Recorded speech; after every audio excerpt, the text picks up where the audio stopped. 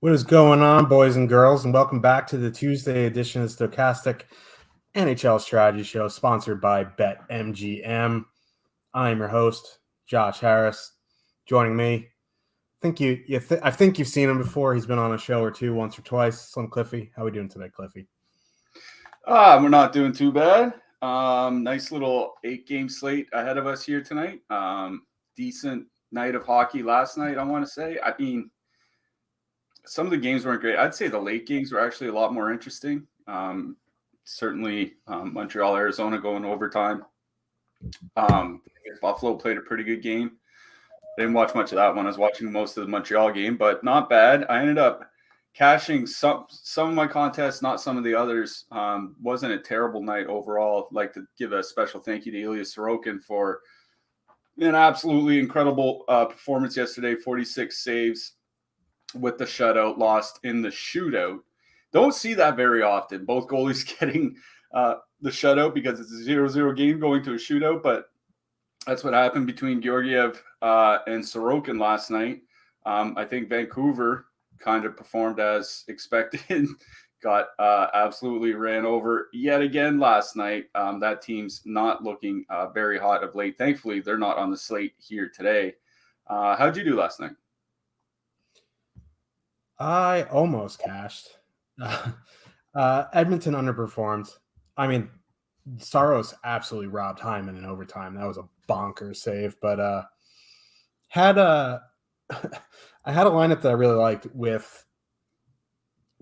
Sorokin. I didn't want to blow it up to get Sorokin in, so I used Luukkonen, who actually had like 40-something saves on the win, 31 DK points. Had St. Louis 3, didn't have Kyrou, so that was the sinker there.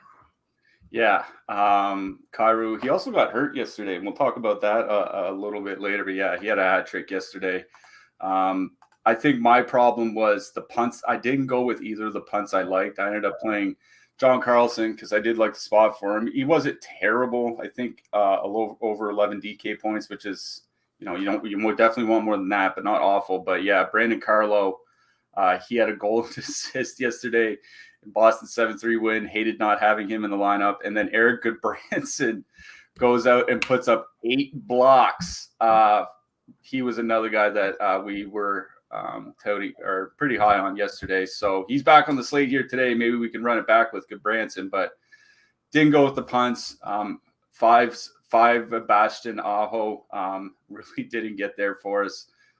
That's a bit unfortunate, but brand new slate today. Lots of games to get through. Some exciting games, some games I'm not looking forward to, but I think that's just kind of the way it goes in the NHL once the teams really start separating themselves here at this point of the season. Yeah, and you know who made me eat some crow last night? Eric Gustafsson. Goal, an assist, combo meal. I said, if you want to play him, it's like chasing points. Oh, he racked them up. So, yeah. Sometimes you're wrong. And there you go. Eric Gustafsson proved me wrong. We're back today. Yeah. I'll get something wrong today. Pretty big game from him. And Washington got goals 11 seconds apart from Nick Dowd. I've had some pretty big letdowns seeing goals being scored and then seeing who's actually scored them. I have quite a few stories about that, but seeing it go from 2-0 to 2-2 on the score app in a matter of seconds, and then seeing who actually scored the goals, that was an ultimate letdown, I have to say. Ended up with a 3-point night as he assisted on the overtime the overtime winner. So good for him, not great for us. Yeah, no, not great for us, but we're back at it with another 8-game. This one is a little rocky, just judging off the fact that the 2 highest totals on the slate are the Los Angeles Kings and the Philadelphia Flyers, which I was shocked to see that when I was filling out the run sheet. Quite a circus there. I guess they do get Columbus on a back-to-back, and their goalies are injured, so it could be Tarasov on a back-to-back, or they're like 98th string AHLers. But let's get into the slate. Before we do, you know the drill. Smash that like button, smash the subscribe button so you can keep up with all of our shows, DFS offers, giveaways, and much more. Once you subscribe, hit the bell. Ding! You'll get notifications when we go live, so you're not late. Don't forget, almost all of our content is available in podcast form on the platform of your choice. If you can't see it live, best time to do it is driving home from work. You don't know what you're going to cook for dinner. Listen to some NHL DFS. You'll end up on like buying a rotisserie chicken from ShopRite, and it'll be all good. Help us out by leaving a 5-star review. I don't know why I went with rotisserie chicken. I guess it's already pre-made, but let's get into it, shall we? Tampa Bay Lightning, 3.0 total heading into Toronto. The Maple Leafs have a 3.4 total. Vasilevsky probable. Matt Murray confirmed. Looks like Calle Jarnkrok moving up to the second line with Tavares and Marner. Leafs traded Dennis Malgin to the Avs for Dryden Hunt. Don't know if Dryden Hunt's going to be in tonight. I don't think he is. Yeah, they said he's not going to be in this one. Yeah, I think visa issues or something. I'm not 100% there. He's not in. So Calle Jarnkrok up to the second line. Seeing a fair bit of ownership on Toronto here. I guess, it's not the best 5-on-5 matchups here, but it is a decent power play spot. I think, Matthews has stopped hitting less, shooting more, which is good. So, if the Leafs get 3-4 opportunities on the power play, I think they can convert. They have the same total as the Flyers tonight, which is the second highest at 3.4. On the flip side, I think Tampa won, fully correlated coming in around 2-3% is another sneaky GPP play here. Matt Murray has had a very up and down season. So if you catch him on a down game, Tampa could rack up some points here. Yeah, absolutely. The Tampa top line has the second best leverage on both sites by our top stacks tool, like you said, around 4%. 3-4% on DraftKings, less than that on FanDuel, where they are fairly expensive. They're over 25K on FanDuel, so it makes sense that the ownership's lower there. But definitely one of the best leverage spots of the night. Now they have been scoring a lot lately. I was looking at the numbers basically since American Thanksgiving. 5.5 goals per 60 minutes for that Tampa top line. The problem is they're shooting almost 19%. Like that's extremely high for a line at 5-on-5. Elite lines will be around 11 or 12% by the end of the season. So obviously there's some pullback to come there. And what's giving me a little bit of pause is that in the 3 weeks since American Thanksgiving, only 2.8 expected goals for in their minutes together. That's really not a lot considering what we have seen them do, more against other teams. And it's not like they've had a really brutal stretch of late, right? They had their last game was against Montreal, a game before that Columbus, game before that Seattle, before that Florida, before that Nashville, before that Detroit. Like those are 6 pretty easy games in a row.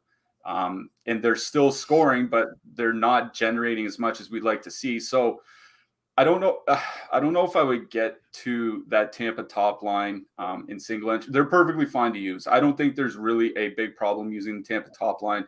They're going to see a bunch of that Toronto top line. The Toronto top line hasn't been that good defensively. It has been Matt Murray, Nelia Samsonov that have bailed them out behind them. Like the goaltending has just been absolutely incredible for Toronto now for basically like a month plus. So there is some merit to going to Tampa 1. No problem really using them in any format. I don't know if I'm going to get there personally. I think I'm going single entry tonight. But yeah, it's such a good leverage spot that, if you're doing something like a 20 max, I would make sure I'd probably have 1 or 2 Tampa 1s in there. You could even, I know people don't like to dig out Brandon Hagel, especially I think he has back-to-back 3-point games. But leaving off Steven Stamkos isn't something I'm very fond of when I'm making a Tampa stack. So I might find a way to get him included as well. I'm going to shout out Tampa 3 real quick. I dropped a stat in our Discord. Over the last calendar year, Ross Colton is 3rd in the NHL in goals scored per minute at 5-on-5. If I'm not mistaken, the only 2 guys ahead of him are Jeff Skinner and obviously Austin Matthews, and the 2 guys right behind him are Tage Thompson and David Pasternak. Colton's on pace for a 20-goal season this year, and he's playing like 11, 12 minutes a game. He was the guy that I wish would have Brandon Hagel's spot. but it seems like they want his scoring in the bottom six, which makes sense. It gives them that third line, which was a big part of them getting to those back-to-back cups was, having that third line when you had like Yanni Gord and Blake Coleman and those guys that can score. So it makes sense. But, I think Ross Colton, 2,700, basically every game he makes a fine one-off. I just want to give him a little mention here. It is a Toronto top line that I like quite a bit. With them going to that 5-forward top power play unit, Michael Bunting's now getting power play minutes on that top PP unit for Toronto, which gives Toronto one perfect correlation on the power play. So they are going to be, relatively highly owned. Our top stacks projections have them as the second highest owned line on the slate on DraftKings tonight, and I think that makes sense. I do think Los Angeles, we'll talk to them later about them later. I think the Los Angeles top line probably comes in first because of the price, but Toronto definitely will come in second, I think, especially with Bunting having that power play correlation for such a reasonable price. So I'm perfectly fine with using Toronto one. Like Austin, our projections have Austin Matthews like far and away the top skater on the slate. I think it's like 21% higher than any other skater on DraftKings and 16% on FanDuel, and it's even higher than that when you go just look at the centers. It just speaks to how well that top line is playing, generating more. Like that was the one concern, maybe a couple weeks ago, was that they were scoring a lot, but they weren't generating a ton. Well, now they're scoring a lot and they're generating a ton, so it gives you a little bit of that cushion. So I really do like that Toronto top line here.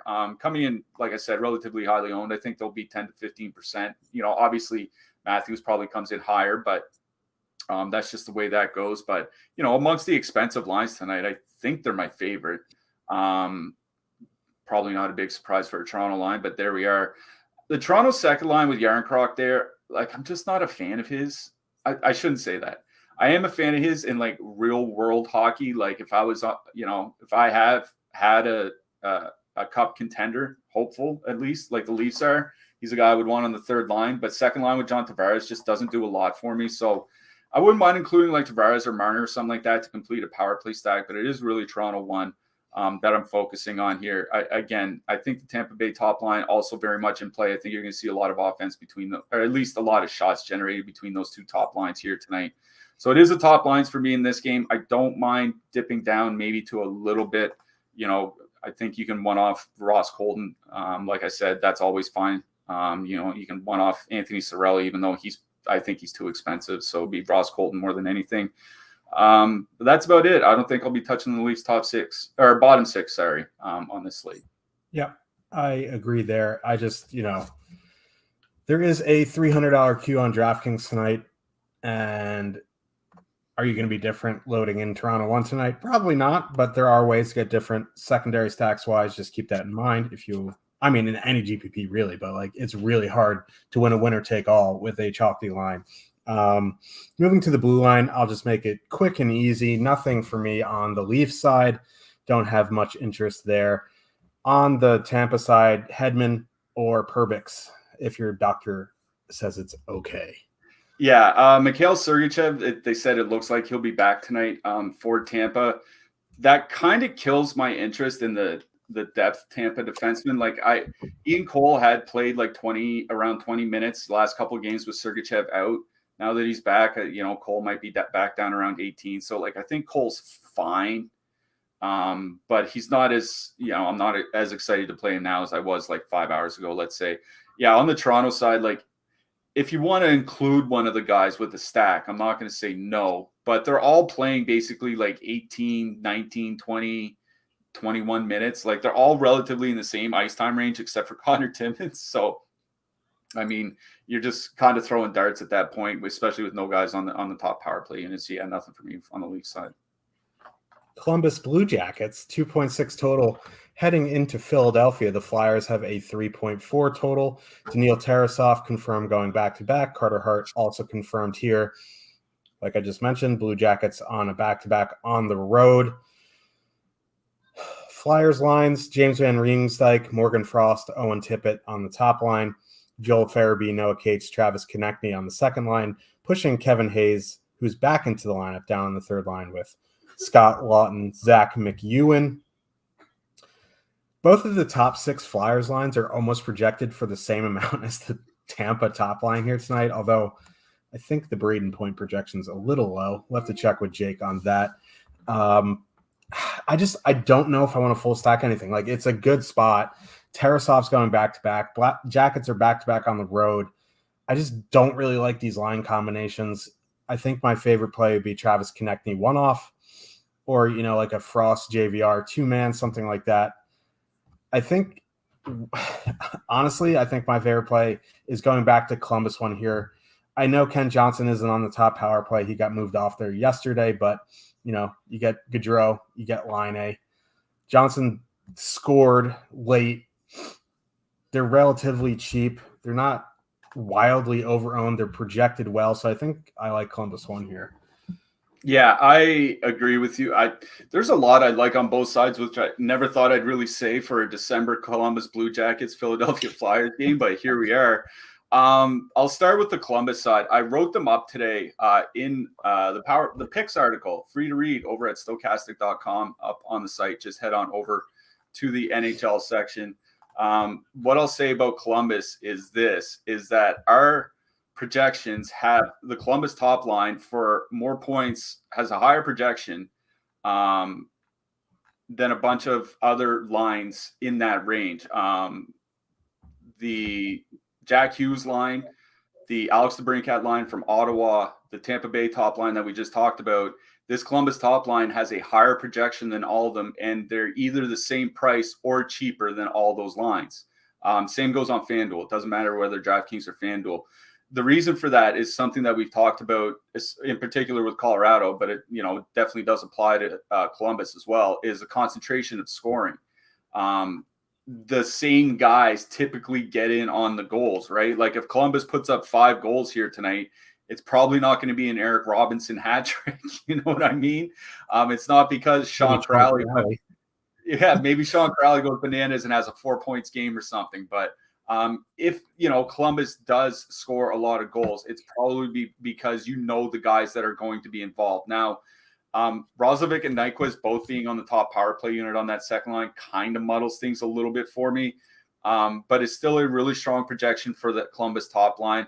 Philly, in their last game, used the line of Van Riemsdyk, Frost, and Tippett as the shutdown line with the Rangers in town.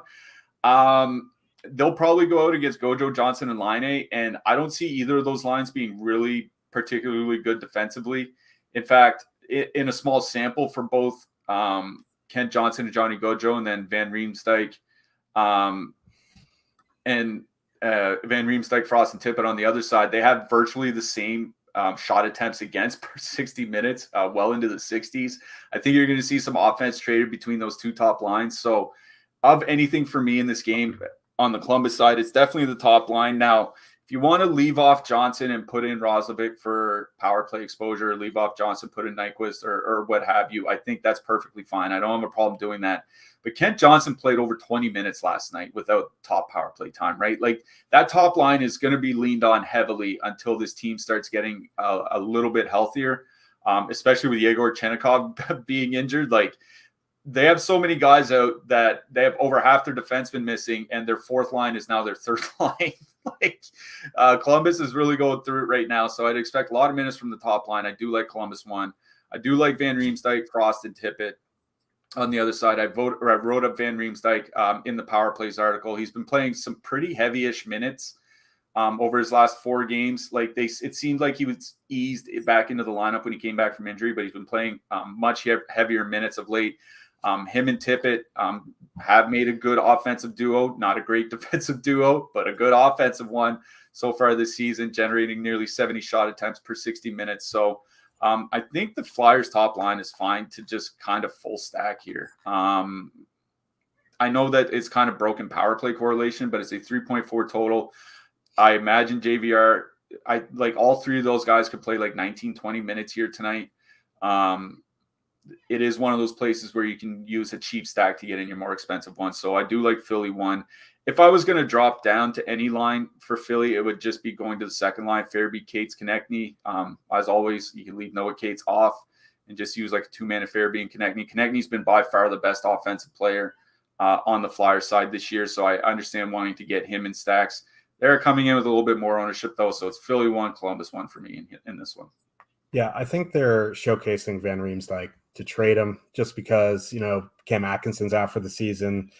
Ryan Ellis, who knows if he's ever going to come back, et cetera, et cetera. So put Van Riemsdyk up there, get some draft picks for him, do what you need to do there. I agree on, just full stacking the Columbus top line. You can put in Roslovic if you want, or you could just add him in. They're similar prices, but Ken Johnson playing 20 minutes in between Gaudreau and Laine. Sign me up for that. Let's move to the blue line here. On the Flyer side, Tony DeAngelo, top power play, $5,000. That is a fair price on DraftKings. I think you can include him. Columbus didn't take a penalty yesterday against the Stars, by the way, but it is back-to-back. Their their penalty kill has gotten better, still not great. So I think Tony DeAngelo is perfectly fine here. If not, Rasmus Ristolainen has a block bonus in 9 of his last 11 games. Either him or Sam Hine. On the Columbus side, right back to our boy, Eric Gudbranson. Yeah, it's tough to leave off Gudbranson, given all the blocks that he can put up. We just saw that yesterday. I do like him again here today. Again, I think Gavrikov is fine, but it's basically between those two guys for me from Columbus. On the Philly side, like DeAngelo is grading out as the best value amongst all the defensemen. I think he's first in FanDuel point projections and like 13th in FanDuel pricing by Stokastic projections. That's just kind of what we think of this matchup against Columbus here. So I do like DeAngelo. Agree with you on Ristolainen. It's like him and Gudbranson are pretty much interchangeable. I think Gudbranson sees more shot volume against him here tonight, but yeah, both are fine.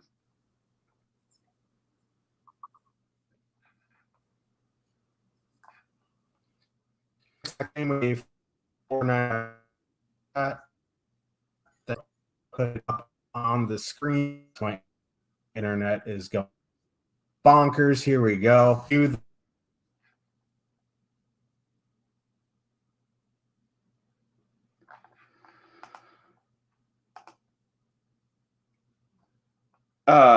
I see Josh may have cut out pretty hard here, so I'll just kind of pick up where he left off. You see that super chat on the screen from Nino.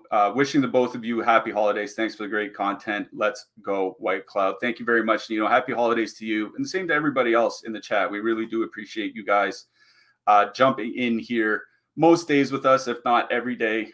We are here quite a bit. You guys are here with us, so thank you very much. Thank you for the super chat, and happy holidays to everybody watching here. We're going to get to our next game. Josh is going to miss this one. New York Rangers have a 2.8 total. They're going into Pittsburgh. The Pittsburgh Penguins have a 3.1 total.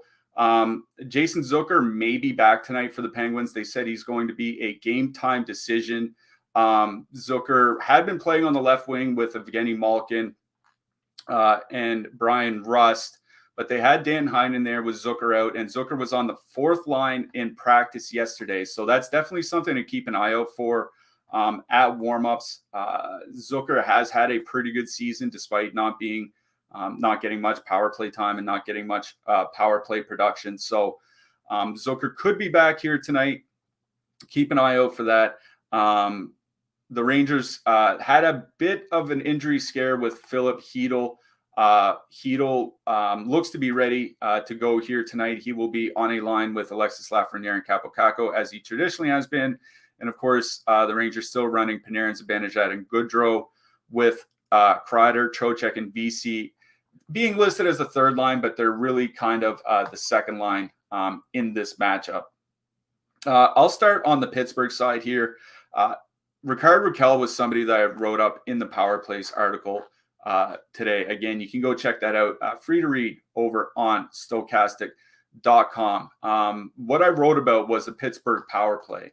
The power play had been pretty bad for the Penguins basically through the first 24 games. Like it's almost the first third of the season.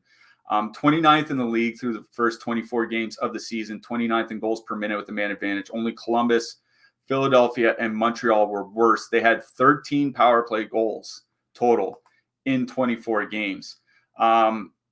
Since adding Rickard Rakell to the top power play unit 7 games ago, they have scored 10 power play goals. So not very far off from where they were through 24 games. They might get there before Christmas. He has made a big difference on that man advantage unit. They've added, I believe it's 16 or 17% increase in shot attempts with Rickard Rakell there.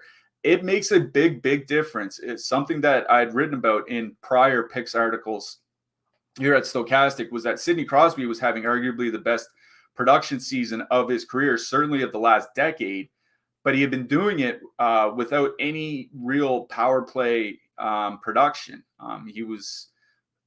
He, along with everyone else, has not really done much with the man advantage unit this season. So Rickard Rakell turning around that power play is a pretty big deal, especially in this matchup. Now, it's not as if the New York Rangers take a lot of penalties. They're actually below average in that regard.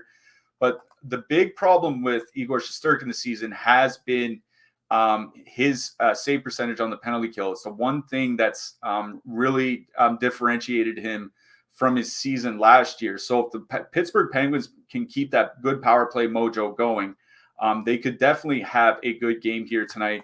The Pittsburgh top line coming in, they're pretty expensive, over 20,000 over on DraftKings here tonight. FanDuel has them over 24,000. Now they're coming in with very little ownership because of that, and they stand as one of the best leverage spots of the night. Number 3 over on FanDuel, number 1 over on DraftKings. They have been really, really good of late. 3.9 expected goals in the month of December. It's just a shooting percentage issue. So if that shooting percentage regresses along with the way the power play is clicking, this top line could have a pretty good night, especially when you consider that they should be taking top line matchups. And that means facing off against the Zibanejad-Goodrow line. Zibanejad and Goodrow, 1.6 expected goals for, 2.6 against in their minutes together this year. It's just been a shooting percentage bender one way and a save percentage bender the other that has actually kept their numbers looking good. I think it's a pretty good matchup for this Pittsburgh top line. If you don't want to, play a Toronto top line that could come in at twice the ownership, I think the pivot is Pitt 1 here tonight. The Pittsburgh second line, we'll have to see on Zucker's availability. He does make a difference on that line for the Penguins. Like I mentioned, he had been having a pretty good season for Pittsburgh up to this point. When he's not on that second line with the Penguins, they are generating fewer shot attempts. They are allowing more against. So it could actually be a decent spot here for that Kreider, Trocheck, VC line. They are the true second line here, especially when you look at ice time since they've rearranged their lines here over their last half dozen games or whatever it's been. It's definitely been Kreider, Trocheck, VC. That's been that second line for the Rangers, and they have been good together. 2.2 expected goals for, only 1.5 against.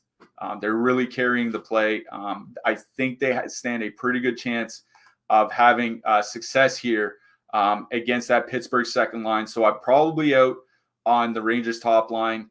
I think the kid line is in play again just because of how cheap they are. They do make a nice filler if you're paying up a lot for the Rangers, but it's the Rangers, quote, third line of Kreider, Trocheck, and VC that I like here. I think could be a pretty good matchup against that Malkin and Russ line as long as Jason Zucker is not playing. But yeah, it is Pittsburgh one that I like the most here in this game, especially with the way their power play has been going along. On the blue line, I did write up Jacob Trouba in the picks article. This is probably more for DraftKings than FanDuel just because Trouba, a lot of his value is coming from block shots. He does have 6 straight games with the block bonus on DraftKings, I believe it is. And he has over half his games this season, he's hit the block bonus. So 17 out of 33 games. I do like Trouba. Chris Letang has been playing like 27 minutes without Jeff Petrie. So I do like Letang as well. But it's basically just those two guys. If you want to pay down, I think Keandre Miller is the one. And we have Josh back on the show. He made it just in time for me to finish up on the Rangers and Penguins. So we don't have to talk about your New York Rangers anymore. Well, obviously, give us what you think of that game. But we did. I don't even know what happened. Put Nino's super chat on the screen and my computer blew up. Thanks, Nino. Blaming you. White cloud. That white cloud. Yeah, that's code for bug Josh's computer. But anyway, I'm back. Hello. Let's talk about BetMGM for a second while I'm here. Don't know how long I'll be here, but can get you a 2,000 or not 2,000. That would be great. Avery's enjoying this. We can get you a $1,000 risk-free bet and 2 free months of Stokastic plus Platinum. If you follow these steps, very easy. Most important part, click the link in the description below and sign in with your Stokastic membership. If you don't have one, you can make one for free. Then you click the BetMGM button. It will follow you around. I mean, it's not going to follow you, but you got to follow the steps. Create a BetMGM sportsbook account. Deposit at least $10. Depending on what your risk-free tolerance wants to be, if you want $10 risk-free bet, deposit 10. If you want up to 1,000, up to 1,000. After your first paid bet settles, you will get an email from BetMGM. Bless you, Avery. Not from Stokastic. You'll get an email from BetMGM Sportsbook with instructions for redeeming your 2 free months of Stokastic plus Platinum. Make sure to click the link in the description for more details and sign up. That is the most important part. Clicking the link in the description, Cliffy and I will get credit for it. And don't you want Cliffy and I to be the most sold show? I don't even know what I'm saying. Let's move on to the next game here. Here we go. New Jersey Devils, 2.9 total. Heading into Carolina. The Hurricanes have a 3.1 total. Vitek Vanacek, Pyotr Kochetkov, probable. I haven't seen news on Sebastian Aho. Probably not playing. He was skating with the another game of top line Paul Stastny. Devils going with Tatar, Heischer, Zetterland, Halla, Hughes, Bratt is the second line. Wood on the third line, dropping Yegor Sharangovich and Dawson Mercer down to the fourth line here. I just am not a huge fan of this game. This is an MME game for me. Like, I think, Svechnikov, Netch's 2-man is fine. The issue I have with the Devils is, in a nutshell, I like the Hughes line. This isn't the best matchup. Carolina has a good PK, and the Devils have been blundering their lines the past few games, so it's kind of hard to rely on Halla, Hughes, Bratt sticking together for the whole game. I guess, if you wanted, Hughes, Bratt on the power play together, Heischer, Hughes, but this isn't the best power play spot anyway, so I think this is more of an MME game for me. Yeah, I want to point out something pretty interesting here is Pittsburgh was in Carolina a couple of days ago. Carolina won that game. The Hurricanes used the Svechnikov, Stastny, Natchez line as the shutdown line up against Sidney Crosby, which that's not something that they had typically been doing a lot of. Usually you see Martinook, Stahl, and Fast as the shutdown line, but they also did it the game before that with Seattle in town. They used them against the Wenberg, Burakovsky, Schwartz line from the Kraken. So I got to assume that Svechnikov, Stastny, and Natchez go out against that Halla, Hughes, Bratt line here. That Carolina line has actually had some pretty interesting numbers in their sample together. I dropped them in our Discord earlier. They're up to about 60 minutes together this season with Paul Stastny on the top line. 4.4 expected goals for, 2.7 expected goals against. So they're generating a lot, but they're also a little bit below average, league average anyway, by expected goals against at 5-on-5. It seems to lend a little bit of credibility to using that Halla, Hughes, Bratt line, because I think that's the line that's going to get Stastny and Svechnikov. So we could see some offense coming from the New Jersey Devils side, but Carolina has just been so good defensively basically for the last month now. Even the penalty kill has been stout. I think they're at the fewest shots allowed per 60 minutes over the last month on the PK. So I think I'm kind of with you that this is one-off territory for me now, but then you get to the point, it's like, who am I going to one-off, right? Like, Jack Hughes is over 8K. Like, do I want to use an 8,100 Jack Hughes on the road in Carolina? That seems incredibly fishy, especially when his ownership's, hovering around 10%. Jesper Bratt's not really shooting a lot. He has been off the power play at times over the last few games. Like, I think this is a game where I'm either full stacking or I'm leaving it alone. Like, I don't think I just, going after a lot or going after one specific player would be the play that I'd go for here. It would be like a Hischier and Tatar or, a Hughes and Bratt or something like that. I don't have a lot of interest in the New Jersey side. I do have a little bit of interest in the Carolina side, but honestly, it's probably going to be that Martinook Stahl fast line. They're not coming in with much ownership at all, which I thought was kind of surprising considering there are some pretty expensive spots on the slate here tonight. 3.4 expected goals for, 2 against in their time together this season. 3 goals, actual goals scored per 60 minutes. That's pretty good. So they've been generating, they've been dominating, they've been scoring. I don't mind like a Stahl Martinook 2-man, a Stahl fast 2-man, something like that on the Carolina side. I think that's where I am. I don't mind using Svechnikov, Stasny, and Natchez. They have been playing well in their limited time together. But I think if I'm going to attack the New Jersey Devils, I'm not going to rely on one line getting like three or 4 goals or something like that. I'm going to rely on a cheap line that might not need more than 2 to really have pretty good value here tonight. So for me, this is about Carolina and that Jordan Stahl line. Yeah, Jordan Martinook scoring impacts for a third liner are very, very good. So Jordan Stahl, he's been the same guy. He has been forever. I mean, he's fallen off a little bit, but for 5,500 for 2 of them, I think he can do way worse. On the blue line here, I don't know if I want to spend up for Burns or Dougie here. You can.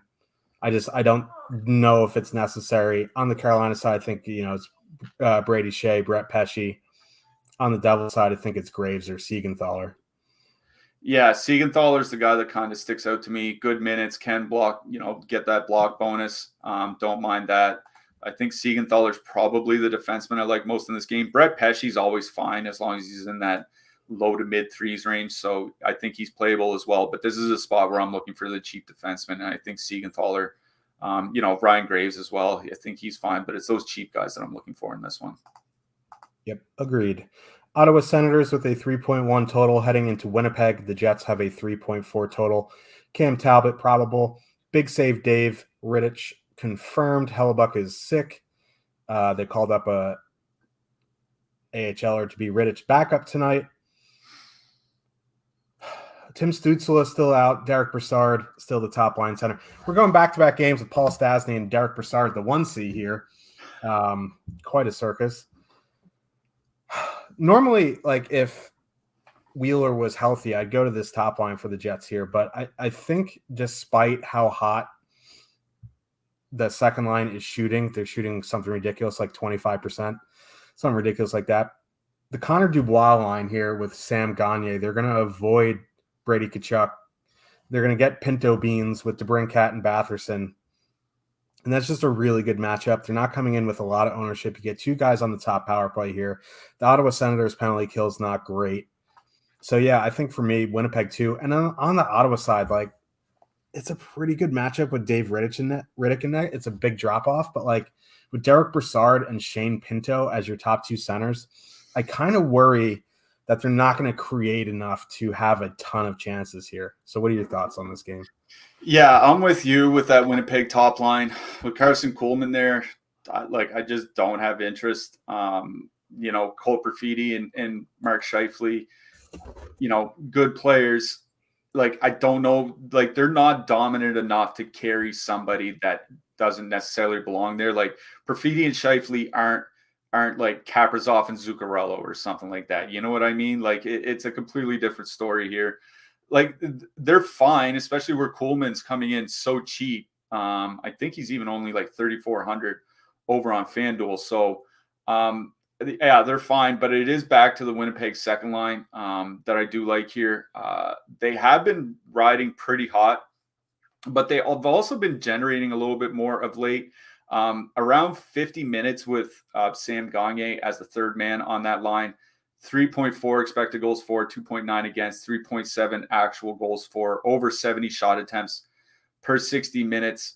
I really do like having Connor and Dubois in my lineups here tonight. You can add in Sam Gagner for cheap if you want. No issues there. And there goes Josh again. So I am going to be in on that Winnipeg second line. I did write up Pierre-Luc Dubois in the picks article, particularly because they will not be seeing much of that Brady Tkachuk Claude Giroux matchup. Ottawa 2, 43% expected goal share over their last 100 minutes. About league average by expected goals against, but way below average by shots generated. So not a whole lot of interest in that Ottawa 2 line. Like as always, one-offing like a Drake Batherson or an Alex DeBrincat, never a problem, because those are guys like even in bad matchups or even on bad lines, they shoot enough and they're talented enough where, a couple lucky breaks or a couple things go their way or something like that, and they can break a slate. So I don't mind one-offing them. If I were going to stack anything, it would be the top line with Tkachuk, Giroux, and Brassard. There's Josh back. So I would probably take those guys. I would probably stack the Ottawa top line over the Ottawa second line, but I don't mind like a one-off DeBrincat or one-off Batherson or something like that. But for me, this game is mostly about Winnipeg 2, Connor Dubois, and Gagner. Yeah, I heard what you said because I have it up on my phone as well. Gotcha. They're doing, remember when you had, whatchamacallit, the steamroller outside of your house? They're doing lawn work. So, that's nice. Yeah, the cables are under the ground, so they're probably running them over right now. So I keep getting perfect time of year to do lawn work in New Jersey. Yeah, they want to get the lawns ready for the winter, whatever that means. Let's move on to the next one. Seattle, St. Louis Blues, they 2.5 total heading into Seattle. The Kraken have a 3.1 total. Blues are back-to-back on the road. Tomas Greiss is probable because Binnington went last night. He played well. Party Marty Jones, probable for Seattle. I did not, obviously, the Blues aren't going to skate today. We'll have to wait and see if Jordan Kyrou is going to be in the lineup. He is 6,800 on DraftKings. If he is, we'll have to wait and see there. It's just hard to speculate. Like, if he's in, I maybe have some interest in that line. The thing is, like, Seattle's good. Just is awful. So, like, do I really want to put it in the Blues team that is back-to-back on the road going against a good defensive team just with bad goalies? Maybe, but it's a 10 o'clock start, which is unfortunate. So, I mean, if you are using the Blues, just keep that in mind. Have some swaps ready. I like the Seattle top line here. McCann, Beniers, Eberle. For whatever reason, like, they're pretty cheap. They're a good line here. Like, it's always like Seattle, like, which line am I going to use and how is that going to screw me? Because if I use Beniers, Eberle, McCann, Schwartz, Wenberg, Bjorkstrand's going to go off. If you use Bjorkstrand, Wenberg, Schwartz, Ryan Donato is going to have a 2-goal game. You know what I mean? But, like, if push comes to shove, my favorite line in this game is McCann, Beniers, Eberle. Yeah, I agree with you. In fact, that's part of the reason why I wrote them up for the picks article. I wrote up Columbus and I wrote up Seattle. What a day we're having here looking at this DFS slate. St. Louis actually played in Seattle back in October, and when they did that, Matty Beniers went out against the Vladimir Tarasenko line. Tarasenko and Shen don't really have very good defensive numbers together. They're above 3 expected goals against per 60 minutes. Now, I think adding Pavel Buchnevich to that line should help a little bit in this regard, but I still think it's a pretty good 5-on-5 matchup for Beniers, McCann, and Eberle. They have been getting the run of play of late. They're at about 54% expected goal share in their last 60 minutes together. Eberle has 15 shots on goal in his last 5 games. Like, that was the one thing that was really holding us back. His fantasy value basically through the first month of the season was a lack of shots. That's something that he's kind of changed over the last month. So you do have Eberle shooting more. Jared McCann, he's probably one of the more underrated players in the NHL.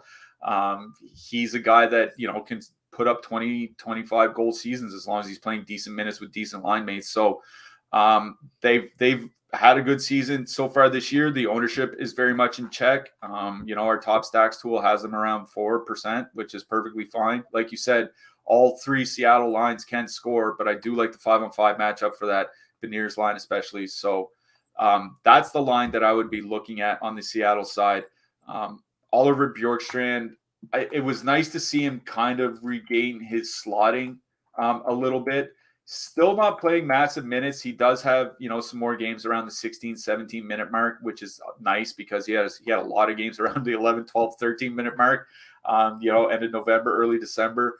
What I worry about with that line is, yes, they're perfectly correlated, but St. Louis doesn't take a lot of penalties, and they probably will go up against the Ryan O'Reilly line. That Ryan O'Reilly line, as long as Brandon Saad's been there, has been at least average defensively, if not better. And it shouldn't be Jordan Binnington in net tonight either. So McCann, Beniers, Eberle on the Seattle side. On the St. Louis side,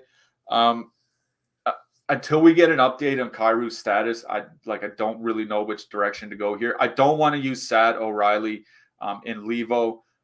Saad and Levo have combined for 33 shots in their last 10 games, which works out to be 3.3 shots between them over their last 10 games, like 1.6 shots each. Like, these guys just aren't shooting.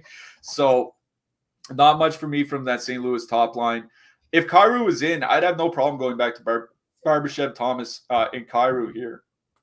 But I think, if anything, just because of the lack of offense from the top line, because of the uncertainty with Kairu, it'd be back to Buchnevich. It'd be to Buchnevich, Shen, and Tarasenko. Just not a big fan of them. I think at similar price points and ownership, I'd rather just go with the home team and go with the Beniers line. Yep, I agree there. Let's move to the blue line. Seattle has some wonky power play units. They both split time, kind of like the Kings. This isn't, if the Blues take like 5 penalties, it's going to be a problem for the Blues, but they just don't take too many penalties. Justin Schultz is on the top power play. Vinny Dunn on the second power play unit. They about play the same amount of power play time, so I think either is fine. Adam Larson at 4,100 is getting a bit pricey, but I think that's fine. The big rig, Jamie Alexiak, 2,800 is fine. On the Blues side, pass. Yeah. What I will mention for Seattle is it's kind of the conundrum is that Vince Dunn and Adam Larson have been playing a lot of pretty heavy minutes over the last few Kraken games, but the Justin Schultz power play unit has typically been the much better power play unit through the whole season. So it's like, do you want to take the chance on Seattle maybe scoring on, maybe they get 2 power plays here tonight because St. Louis is one of the least penalized teams. I think the least penalized team in the league. So do you want to take the chance on Schultz on 1 or 2 power plays, or do you want to take the chance on Dunn playing 24, 25 minutes? It's kind of how you build your lineup. I don't mind Schultz here. Don't mind Larson either. Nothing for me from the St. Louis side. Yeah. I mean, Justin Falk still 6,200. It's just a ridiculous price.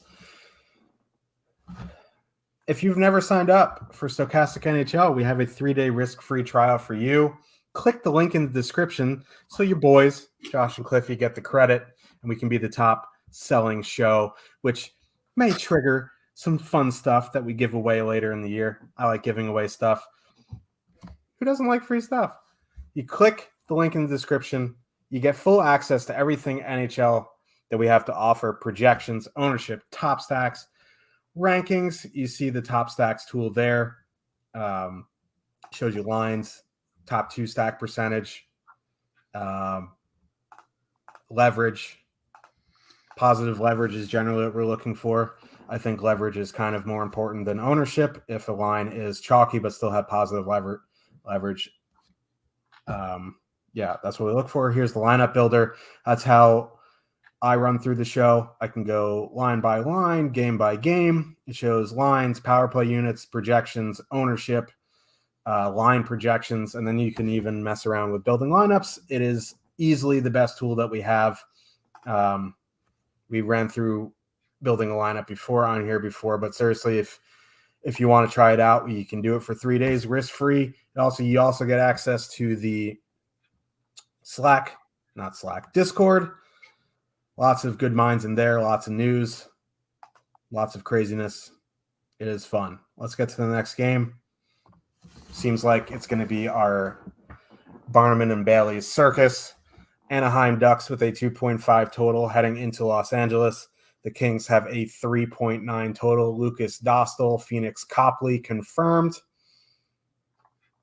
I don't know what your thoughts on Lucas Dostal are, but I don't want to bash Gibson here, but he's been battling injuries all season. Like, Lucas Dostal's supposed to be their goalie of the future. He's looked pretty good. I don't want to say he's better than Gibson, but I don't think he's a nobody. So I kind of like him at 6,900 on DraftKings. That being said, I also like the Kings top line here. Kempe up on the top line makes the top line for the Kings fully correlated. They're not very expensive. They have a very good projection. The Ducks penalty kill is bad. Their blue line's atrocious. Dostal can only do so much. I mean, he has a good shot of seeing the saves bonus, which is why I like him tonight. But I do really like the Kings top line here. We'll have to see if Victor Arvidsson moves back up to that second line. He skated on the third line last game with Blake Lizotte and Arthur Kaliev. We'll have to wait and see on lines there. But as it stands, both top lines is where I'm looking tonight. Yeah, we'll get to the goalies in a second. I'm with you. I do like Dostal tonight. That Kings top line is probably going to be the highest owned line of the night. They're coming in with a huge projection. 37 DraftKings points is their projection. For reference, the Tampa top line has 27 projected points, right? Pittsburgh's top line under 35. So obviously we're expecting a lot from Kings 1. Adrian Kempe moved back up last game before. Also on the top power play unit, so they're perfectly correlated. Anaheim, most goals against in the league this season. A little bit better of late, but I still think 29th in goals against over the last few weeks. So not a whole lot there. Defensively, Anaheim's, giving up by far the most shots against per game. This is probably the worst defensive team in the league. And the way Los Angeles runs their lines, I followed Deneau and Moore. We'll go out against Henry, Zegras, and Terry. What I mentioned in the picks article, because I did write up Adrian Kempe as one of the picks, is that when you get the top line for Anaheim off the ice, expected goals against for the Ducks go up 54%, which is just cataclysmic for the depth. It's a really, really good matchup against the second and third lines from the Ducks. The only real reason to fade Los Angeles, the top line anyway, is if you're worried about those guys coming in 15% owned, maybe higher in some single entry or 3 max low dollar contests. So it is a really good spot for the Kings top line. They have been scoring a lot this year. Really do like them. I think you're fine to dip down to the second line. Even with Alex Iafallo there, they probably will play reasonable minutes. The second power play unit is better than the Kings top power play unit, and Deneau and Moore are still both on the second power play unit. So I think they're perfectly acceptable to use. If you want to dip down even further, you can go to the Kings third line, but they are relatively expensive because Kaliev and Arvidsson are both over $4K. So that Kings third line's actually based only $600 cheaper than the Kings second line. So, with more ownership, I'll just go to Kings 2. So Kings 1 or Kings 2, just depends what you want for ownership. What's more interesting is the Anaheim side. I think Anaheim's top line is very much in play here, especially with how bad Los Angeles' penalty kill is, amongst the worst in the league, down with Anaheim. So if you want to get away from all the Kings ownership, I think you're fine to just flip it over to Anaheim 1. Yeah, I do really like Anaheim 1 here tonight. My pick for the big dog plus money prop was Troy Terry to get a power play point. I think it was Troy Terry. Yeah, Troy Terry. This morning was so long ago. I also don't mind Mason McTavish as a one-off. He's not going to get much ownership. He's going to be on the top power play. So, don't mind him as well. Let's move to the blue line here. I think, Drew Doughty or Sean Durzi are the guys, depending on which power play unit you want to correlate with. Other than that, I think Cam Fowler is completely fine on the Duck side. That's really about it. Yeah, the only other guy I'll add is our old buddy Simon Benoit again, still getting 19, 20 minutes, always the threat for the block bonus on DraftKings for min price. Yep. Let's move to the final game of the night. Calgary Flames with a 3.3 total heading into San Jose. The Sharks have a 2.7 total. Markstrom probable. James Reimer confirmed. Am I seeing this right? These lines? Yeah. Woo, baby. Nick Bonino, top line center in between Timo Meier and Kevin LeBanc. Second line of Nieto, Couture, Barabanov. Hurdle is suspended.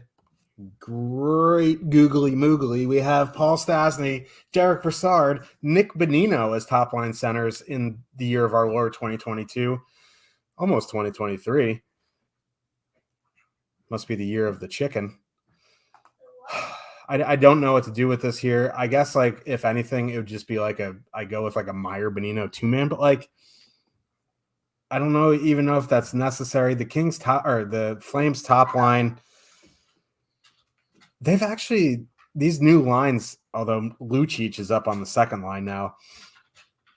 I've been playing the Dubé, Lindholm, Toffoli line, and I like it. I think Dubé up there complements Lindholm and Toffoli pretty well. I think with these new Shark lines, I think my favorite play from this game is that Dubé, Lindholm, Toffoli line. Yeah, I thought you were going to say with these new Shark lines, my favorite play is not playing the Sharks. With like, if you look at Timo Meier's expected on ice expected goals numbers, without Logan Couture or Thomas Hurdle, depending on which guy you look at, it's down anywhere from 30% to 60% less if he doesn't have one of those guys. So as long as he's not playing, as long as Couture's not on the top line, I have no interest in the Sharks, especially against the Flames. They're not a bad defensive team or anything like that. It's just Markstrom. As long as Markstrom doesn't sell them down the river, they should just be fine here tonight. People want to play the Sharks, go ahead and play the Sharks. I just think there are other spots to go to, probably coming in at similar ownership rates. So out on San Jose. For Calgary, honestly, it's the Mangiapane, Backlund, Coleman line that I like the best here. I don't want anything to do a line with Milan Lucic on it. Sorry. And to, Huberdeau and Kadri really haven't played that well together this year. Huberdeau hasn't played anywhere in the top six. And, I'm not running out to play a Calgary top line featuring Dylan Dubé. He can complement them on the wing. But honestly, I think Mangiapane, Backlund, and Coleman have played really, really well together this season.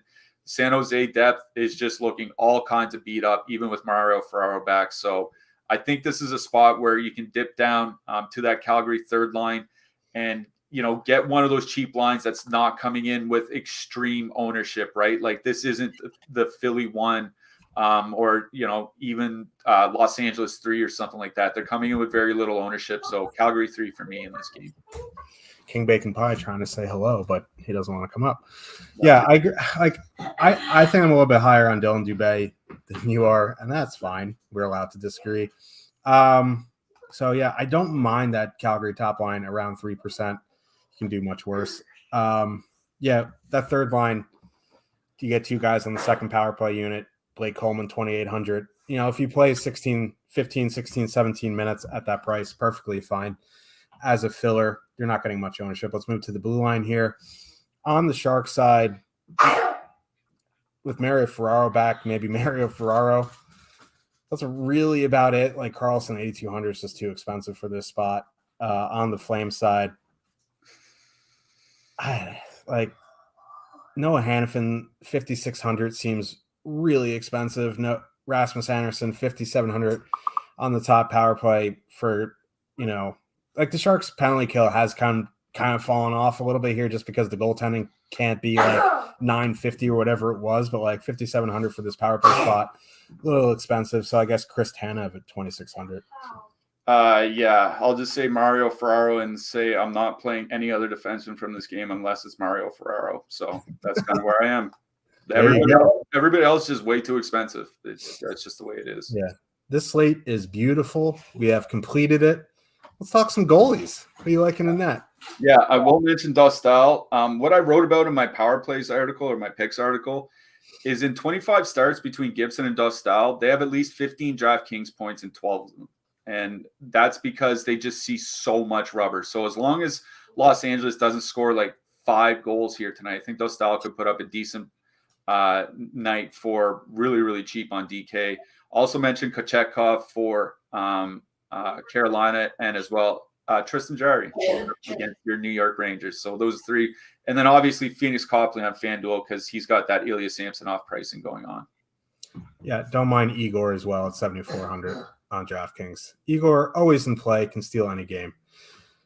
Let's talk some hat tricks. Got the line right, got the player wrong yesterday. Still trying to chase your one correct pick. Who you liking as your hat trick pick? We're going to the Seattle Kraken. Hopefully they light up St. Louis tonight. Jordan Eberle. I'm going Troy Terry. All right, I like it. Eberle and Terry. Let's go, boys. Couple wingers. Let's get her done. Yeah. And we'll be back tomorrow. We're here every day this week except for Christmas Eve. So for Cliffy, I am Josh. We'll see you in Discord. We'll see you on Twitter. Hopefully we're talking about you guys winning tomorrow. There's Avery. Say what's up, Avery. Bye. Good luck, everybody. Good luck, everyone.